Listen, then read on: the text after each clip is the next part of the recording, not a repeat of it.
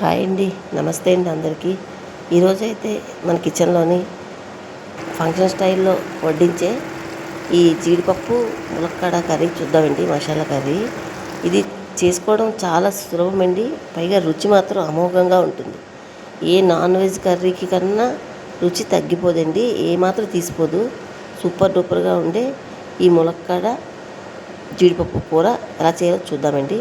దీనికోసం మనం ముందుగా ఆనియన్స్, ములంకాళ్ళు, పచ్చిమిరపకాయలు, కరివేపాకు రెడీ చేసుకొని, ఈ జీడిపప్పు ఎంత తీసుకుంటామో చూడండి. నేనైతే అరకప్పు తీసుకున్నాను జీడిపప్పు, అరకప్పు ఉల్లిపాయ ముక్కలు తీసుకోవాలన్నమాట. అలాగే ములంకాళ్ళు 3 ములంకాళ్ళు తీసుకున్నానండి. ఇలాగా అవన్నీ రెడీ చేసుకున్న తర్వాత ఒకే ఒక టమాటా, ఒకే ఒక్క ఉల్లిపాయ తీసుకొని నానబెట్టుకున్న జీడిపప్పులు ఒక 10-12 జీడిపప్పులు తీసుకొని ఇలా ముద్ద చేసుకొని పక్కన పెట్టుకుందాం. ఈ ప్రాసెస్ అంతా రెడీ అవ్వడానికి ముందుగానే మనం జీడిపప్పు ఒక గంట ముందు నానబెట్టుకుంటే మనకి చాలా బాగుంటుందండి.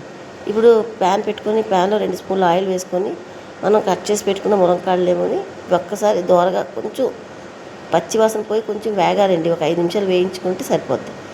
అలా వేగిన తర్వాత తీసి పక్కన ప్లేట్లో పెట్టుకుందాం. అదే ఆయిల్లోని 3-4 పచ్చిమిరపకాయలు, ఒక ఎండుమిరపకాయ, కొద్దిగా కరివేపాకు వేసి తాలింపు పెట్టుకోవాలి. తాలింపు వేగిన తర్వాత సన్నగా తరిగిన ఉల్లిపాయ ముక్కలు చక్కగా వేయించుకోవాలండి. ఇప్పుడు జీడిపప్పు ఎంతైతే తీసుకున్నామో, ఇప్పుడు అరకప్పు జీడిపప్పు తీసుకుంటే అరకప్పు పచ్చి ఉల్లి తరుగు వేసుకోవాలండి. ఈ సన్నగా తరిగిన ఉల్లి తరుగు వేసుకోవాలి. ఇప్పుడు ఉల్లిపాయలు కొంచెం గోల్డెన్ కలర్లోకి వస్తున్నప్పుడే అర స్పూను అల్లం వెల్లుల్లి పేస్ట్ వేసుకోవాలి. అల్లం వెల్లుల్లి పేస్ట్లోని పచ్చిదనం పోయిన దాకా చక్కగా వేయించుకోవాలి. వేయించుకున్న తర్వాత మనం ఆల్రెడీ ఉల్లిపాయ ఒక టమాటా, కొంచెం నానబెట్టుకున్న జీడిపప్పు వేసి రుబ్బుకున్నాం కదండి పేస్ట్, ఆ ముద్ద వేసుకొని అది కూడా చక్కగా ఆయిల్లో బాగా ఫ్రై అయిన దాకా వేయించుకోవాలి.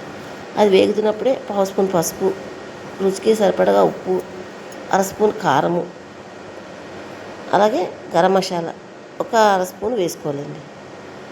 వేసుకొని ఇవన్నీ కూడా చక్కగా కలుపుకొని మసాలాలన్నీ బాగా వేగినట్టు నూనెలోండి ఇలా నూనె సెపరేట్ అయిపోవాలన్నమాట, చక్కగా వేగిపోవాలన్నమాట. ఇలా వేగిన తర్వాత మనం వేయించి పెట్టుకున్న ములంకాళ్ళు ముక్కలు ఉన్నాయి కదండి, అవి వేసుకోవాలి. అలాగే వాటర్లో నానబెట్టుకున్న జీడిపప్పులు అవి కూడా వేసుకొని నీళ్ళు కూడా పారబోసి వద్దండి, నీళ్ళు కూడా మనకి కూరలో వాడుకుందాం. జీడిపప్పు నానబెట్టుకున్న వాటర్ కూడా వేసుకుందాం. ఈ చక్క వేగిపోయిన మసాలా ముద్దతో పాటు ఈ జీడిపప్పు ములంకాళ్ళు మరొక్క నిమిషం వేగాలండి. వేగితే అప్పుడు మసాలాలన్నీ కూడా జీడిపప్పు ములక్కాళ్ళు పీల్చుకొని మంచి కమ్మగా ఉంటుందండి కూర. ఇప్పుడు నానబెట్టాం కదండి జీడిపప్పు, ఆ వాటర్ పోసుకొని దానిపైన చిన్న టీ గ్లాస్ ఉంటుంది కదండి, చిన్న టీ గ్లాస్తో చిన్న గ్లాసులు వాటర్ పోసుకొని చక్కగా అంతా మంచిగా కలుపుకొని మూత పెట్టి ఒక 6 నుంచి 8 నిమిషాలు కుక్ చేసుకోవాలండి. మంటను మీడియంలో పెట్టుకొని. అప్పుడు 5-6 నిమిషాలు అయిపోయిన తర్వాత తీస్తే ఇలా రెడీ అయిందండి. నేను ఉపయోగించే ఈ జీడిపప్పు ప్లేస్లోని పచ్చి జీడిపప్పును కూడా ఉపయోగించుకోవచ్చండి. ఇప్పుడు పచ్చి జీడిపప్పు దొరుకుతుంది కదా, ఈ సమయంలో మీకు అందుబాటులో ఉంటే దాన్నైనా ఉపయోగించండి. ఇది ఏ నాన్ వెజ్ కర్రీకి కూడా ఏ మాత్రం తీసిపోదండి.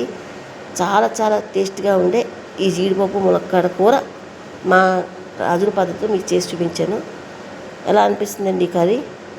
ఈ కూర అంతా ఇలా దగ్గరగా వేగిపోయిన తర్వాత ఇంకా స్టవ్ ఆఫ్ చేసేసుకొని ఇంకా వేడిగా సర్వ్ చేసుకోండి.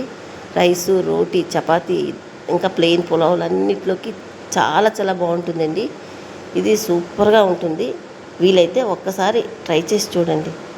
మీకు ఎలా కుదిరిందో తప్పనిసరిగా కామెంట్ చేయండి. సో ఇంతేనండి వీడియో.